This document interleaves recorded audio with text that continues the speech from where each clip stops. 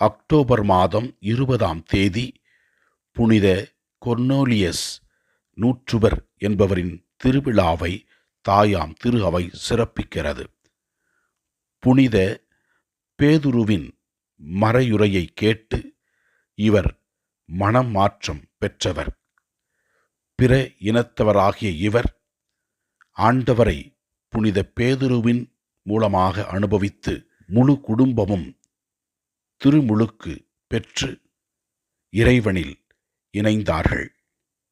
இவர் மனம் மாற்றம் பெற்று இயேசுவை அனுபவித்த பின்பு இயேசுவுக்காக முழுமையாக தன் வாழ்க்கையை அர்ப்பணித்து வாழ்ந்தார். இவருடைய பரிந்துரை வழியாக பல அற்புதங்கள் நடந்ததால் தாயாம் திரு அவை இவரை புனித நிலைக்கு உயர்த்தியிருக்கிறது. இதோ இந்த அருமையான நாளிலே நாம் அனைவரும் இவரைப் போல மனம் மாற்றம் பெற்று இயேசுவில் வாழ்வோம். அப்போது நாம் நிறைவாக ஆசீர்வதிக்கப்படுவோம்.